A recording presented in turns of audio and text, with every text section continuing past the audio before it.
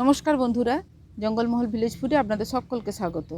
বড়দের প্রণাম এবং ছোটদের ভালোবাসা জানাই। আশা করি সবাই ভালো আছেন। আজকে আমি আবার চলে এসেছি আপনাদের সামনে আরেকটি রেসিপি নিয়ে। তো আজকে আমি যে রেসিপিটা আপনাদের সঙ্গে শেয়ার করব, দেখুন এখানে আমি নিয়ে নিয়েছি একদম দেশি পাকা লাল লাল টমেটো। এই টমেটোগুলো দিয়ে আমি হট টমেটো সস রেসিপি আপনাদের সঙ্গে শেয়ার করব। বাড়িতে থাকা সামান্য উপকরণে এবং খুব সাধারণভাবে এই সসটা আমি পরিবেশন করব আপনাদের সামনে। তো আপনারা প্লিজ প্রথম থেকে শেষ পর্যন্ত দেখুন এবং এই সাধারণ জিনিস দিয়েও যে একদম দোকানের মতোই টেস্ট হয় সেটা আমি আপনাদের সঙ্গে শেয়ার করব। তো আপনারা প্লিজ প্রথম থেকে শেষ পর্যন্ত ভিডিওটা দেখুন। ভালো লাগলে জঙ্গলমহল ভিলেজ ফুড চ্যানেলটিকে লাইক কমেন্ট শেয়ার করবেন এবং প্লিজ সাবস্ক্রাইব করে দেবেন। পাশে থাকা বেল আইকনটি প্রেস করবেন সবার আগে নোটিফিকেশান পাওয়ার জন্য। তো চলুন, প্রথমে আমি এই টমেটোগুলোকে ভালো করে ধুয়ে নিচ্ছি। আর সবসময় টমেটো সস করার ক্ষেত্রে দেখবেন বেশ পাকা পাকা আর এরকম লাল লাল টমেটো নিতে হবে। দেশি টমেটো ছাড়া কিন্তু এরকম এত ভালো লাল হয় না। তো এই টমেটোগুলোকে প্রথমে আমি ভালো করে ধুয়ে নিচ্ছি।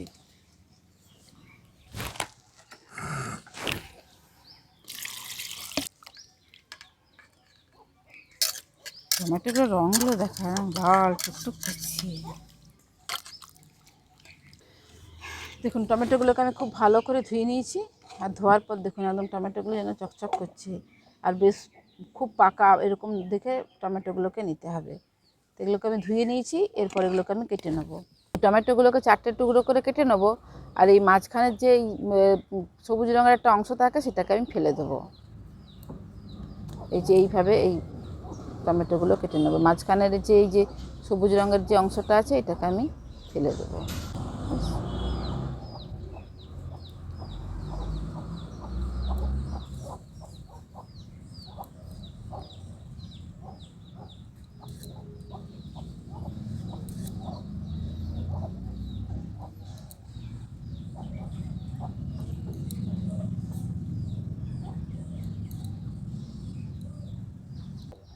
এইভাবেই সমস্ত টমেটোগুলোকে আমি কেটে নিচ্ছি। টমেটোগুলো সব আমি কেটে নিয়েছি।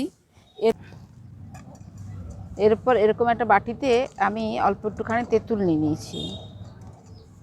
এই দেখুন তেঁতুল নিয়ে নিয়েছি। এই তেঁতুলটা 4 চামচ ভিনিগারে আমি এটাকে ভিজিয়ে দিলাম।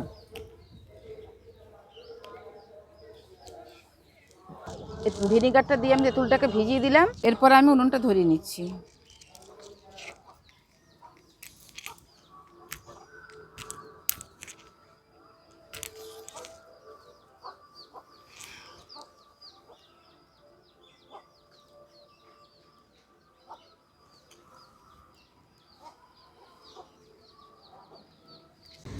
উনুনটা ধরিয়ে নিয়েছি। এরপর কড়াটা বসিয়ে দিচ্ছি।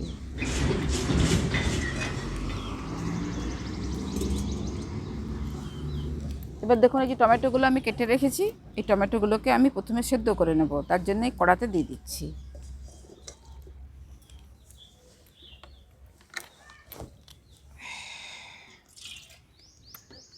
সেদ্ধর জন্য খুব একটা বেশি জল দেবো না, অল্প একটুখানি জল দিয়ে দিচ্ছি। টমেটো থেকে তো জল বেরোবে। এই টমেটোগুলোর সাথেই দিয়ে দিচ্ছি 2টো শুকনো লঙ্কা। এরপর এটাকে আমি চাপা দিয়ে দিচ্ছি। মিনিট 10 পরে ঢাকাটা খুলে দেখে নিচ্ছি। দেখুন টমেটোগুলো খুব ভালো করে সেদ্ধ হয়ে গেছে। এই যে খোসাগুলো দেখুন, খোসাগুলো আলাদা আলাদা হয়ে গেছে। এই টমেটোটা খুব ভালো করে সেদ্ধ হয়ে গেছে। এবার এটাকে আমি নামিয়ে নিচ্ছি।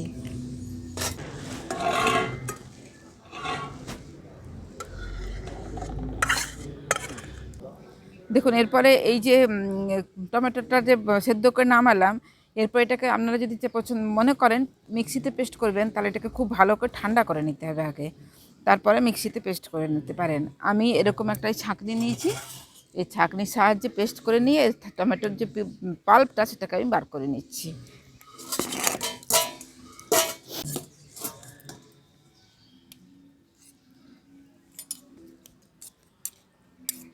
দেখুন অনেকে হাতে করেও কিন্তু এটা ম্যাশ করে নিতে পারেন, কিন্তু মানে চিরাচরিত প্রথা অনুযায়ী হাত লাগালে আচার বলুন বা সস বলুন নষ্ট হয়ে যাওয়ার সম্ভাবনা থাকে। তার জন্যে মানে হাতে করে করাটা খুব একটা সুবিধার নয়।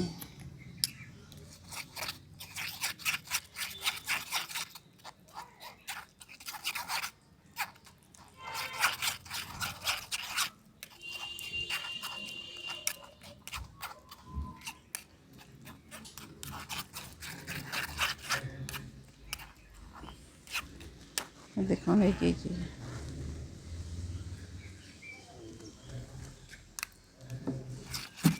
এতে কী হবে, এই যে ছিটাগুলো বা ছালগুলো সমস্ত আলাদা হয়ে যাবে। এইভাবে আমি সমস্ত যে টমেটোগুলোকে সেদ্ধ করেছি, এই টমেটোগুলোর পাল্পটাকে বার করে নিচ্ছি।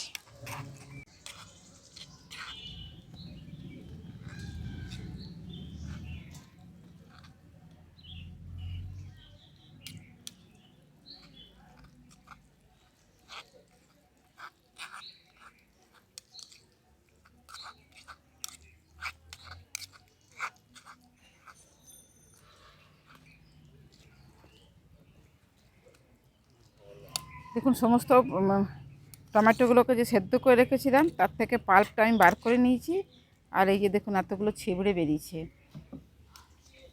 এগুলো যদি মিক্সিতে দেওয়া হতো এতটা হয়তো ছিবড়ে বেরোতো না, কিন্তু এটার মানে যে সসের যে মানটা সেটা কিন্তু অনেক ভালো হবে। আর মিক্সিতে দেওয়ার ফলে এগুলো তো অনেকটা গুঁড়ো হয়ে যেত, পেশাই হয়ে যেত, তারপরে অতটা ভালো হতো না। তা আমি এই যে ছিবড়েগুলো বেরিয়েছে, এই ছিবড়েগুলোকে আমি সব ফেলে দেবো। দেখুন সমস্ত টমেটোর পাল্পটাকে বার করে নিয়েছি, আর কি সুন্দর দেখতে লাগছে একদম। এই দেখুন কি সুন্দর পাল্পটা বেরিয়েছে না? আর একদম পুরো দোকানের মতো কেনা সসের থেকেও কিন্তু টেস্ট বেশি হবে এগুলোর। তো এই যে টমেটোর পাল্পটাকে বার করে নিয়েছি, এরপর এটাকে আমি এর মধ্যে যে কিছু জলীয় অংশ আছে সেগুলোকে তো আমাদের শুকনো করে নিতে হবে, তার জন্য আবার উনুনটা ধরে দিচ্ছি। দেখুন এরপর কড়াটা বসিয়ে দিয়েছি। এবার টমেটোর যে পাল্পটা বার করে রেখেছিলাম এটা দিয়ে দিচ্ছি।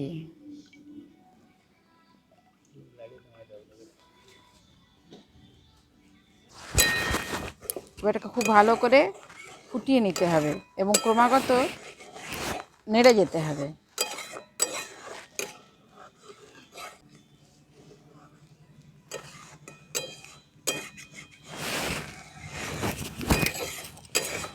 দেখুন টমেটোর যে পাল্পটা দিয়েছিলাম এটা ফুটতে শুরু করে দিয়েছে।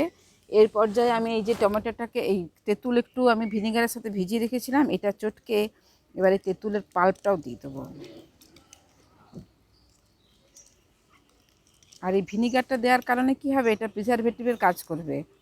এই যে ভিনিগারটা দিয়ে ভিজিয়ে রেখেছিলাম, আর তেঁতুলটাতে কি হয় স্বাদটা অনেকটা বাড়িয়ে দেয়, আর ভিনিগারটা আর এই যে এটার টমেটো সসের প্রিজারভেটিভের কাজ করবে। মানে তেঁতুলের যে পাল্পটা বার করে রেখেছি এটাকে এবার ছাঁকনির সাহায্যে ছেঁকে আমি দিয়ে দেবো।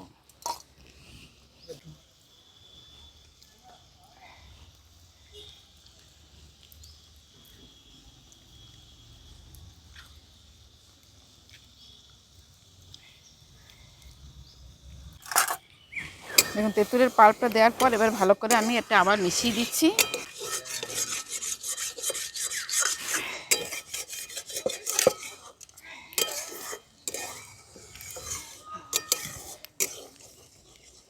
এটা ফুটতে শুরু করে দিয়েছে। এর মধ্যে আমি দিয়ে দিচ্ছি পরিমাণ মতো অল্প একটুখানি নুন, দিয়ে দিচ্ছি 4 চামচের মতো চিনি।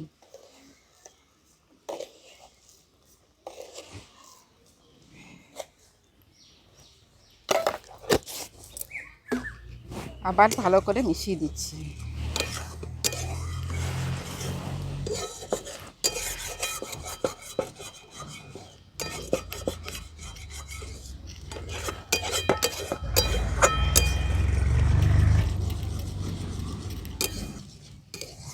দেখুন অনেকক্ষণ ধরে এটাকে আমি ফুটিয়ে নিয়েছি। তো এই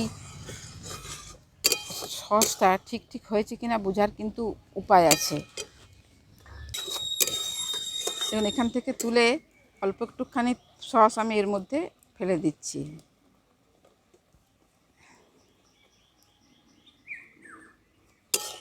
দেখুন সসটা যে পড়ছে, দেখুন কেমন মানে এই দেখুন সসটা একটু দিয়েছি যে পড়ছে, দেখুন কেমন ছিটে ছিটে হয়ে আছে। দেখুন নিয়ে নিচ্ছি 1/2 চামচ কর্নফ্লাওয়ার। এবার এটা একটু ওই 2 চামচের মতো জল দিয়ে আমি একটু গুলে নেব। দেখুন 2 চামচের মতো জল দিয়ে আমি এটাকে গুলে নিয়েছি। এই যে কর্নফ্লাওয়ারটা গুলে নিয়েছি, এরপর এই যে সসটা আমি তৈরি করেছি এর মধ্যে এই কর্নফ্লাওয়ারগুলো জলটা আমি দিয়ে দেবো। দেওয়ার পর কিন্তু আর একদম হাত রেস্ট দেওয়া চলবে না, একদম অনর্গল নাড়তে হবে। এটা ক্রমাগত এইভাবে নেড়ে যেতে হবে।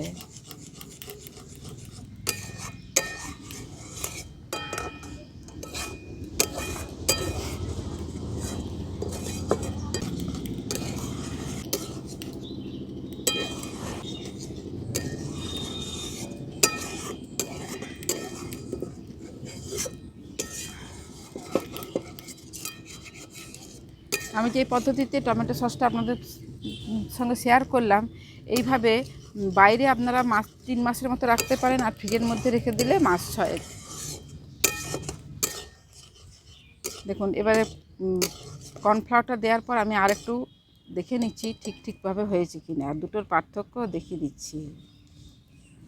এই দেখুন, এইটা যে আস্তে আস্তে পড়ছে দেখুন, এর থিকনেসটা দেখুন, এর থিকনেসটা দেখুন। এই দেখুন, এইটা যে পরে দিলাম কর্নফ্লাওয়ার দেওয়ার পরে, আর এইটা আগে দিয়েছি, দেখুন এটা কেমন কাটা কাটা হয়েছে, আর এটা কিন্তু সেইভাবে সেরকম হয়নি।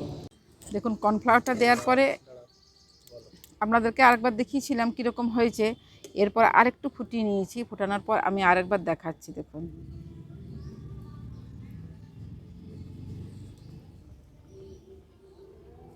দেখুন খুব সহজে চলেও আসছে না, একদম পারফেক্টভাবে আমাদের এই সসটা তৈরি হয়ে গেছে। এরপর এটাকে আমি নামিয়ে নিচ্ছি।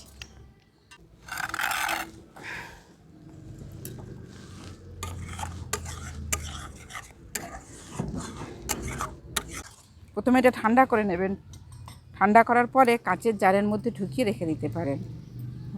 আমি এই চীনামাটির বাটিটার মধ্যে তুলে নিয়েছি, আমার কম তৈরি করেছি, তার জন্য এই চীনামাটির বাটিটা নিয়ে নিয়েছি। সবসময় কিন্তু কাঁচের বা এরকম চীনামাটির পাত্রে তোলার চেষ্টা করবেন, প্লাস্টিকের পাত্রে রাখার চেষ্টা করবেন না, প্লাস্টিকের পাত্রে রাখাটা ভালো নয়।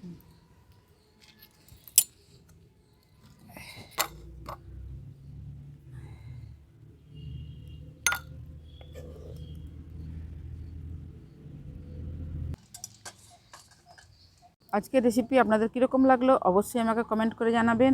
আর টমেটো সসটা দেখুন দেখতে কি সুন্দর হয়েছে, আমি একটু খেয়ে দেখলাম, দারুণ সুন্দর স্বাদও হয়েছে খেতে। তা এই আমি কম করে বানালাম, তার কারণ এটা আমি বাইরে 3 মাস পর্যন্ত রাখবো, ফ্রিজের ভেতরে রাখলে 6 মাস রাখা যাবে। তারপরেও টমেটো এখন সারা বছরই প্রচুর পরিমাণেই পাওয়া যায়, তবে দামটা হয়তো এখন সস্তা, দামটা হয়তো একটু বেশি দিতে হবে, কিন্তু টমেটো পাওয়া যায়। তাহলে বেকারণ ওইভাবে প্রিজারভেটিভ দিয়ে সংরক্ষণ করার থেকে আমরা যদি এইভাবে 3 মাস ছাড়া ছাড়া বানিয়ে খাই, আমাদের অসুবিধাটা কোথায়? তার জন্য আমি কিন্তু কম করে বানিয়েছি, যাতে আমাদের 3 মাস চলে। তারপরে কিন্তু আমি আবার খাওয়ার জন্য আমি আবার বাড়িতে বানিয়ে নেব। তার জন্যে আপনাদের দেখে মনে হচ্ছে হয়তো কম এটা। তা এইভাবে বাড়িতে আপনারাও বানিয়ে রাখবেন, দেখবেন কীরকম লাগে। ভালো লাগলে জঙ্গলমহল ভিলেজ ফুড চ্যানেলটিকে লাইক, কমেন্ট, শেয়ার করবেন এবং প্লিজ সাবস্ক্রাইব করে দেবেন। পাশে থাকা বেল আইকনটি প্রেস করবেন সবার আগে নোটিফিকেশান পাওয়ার জন্য। প্রত্যেকেই ভালো থাকবেন, সুস্থ থাকবেন, সাবধানে থাকবেন। আজকের ভিডিওটা আমি এখানেই শেষ করছি। আবার আপনাদের সঙ্গে দেখা হবে পরবর্তী আরেকটি ভিডিওতে।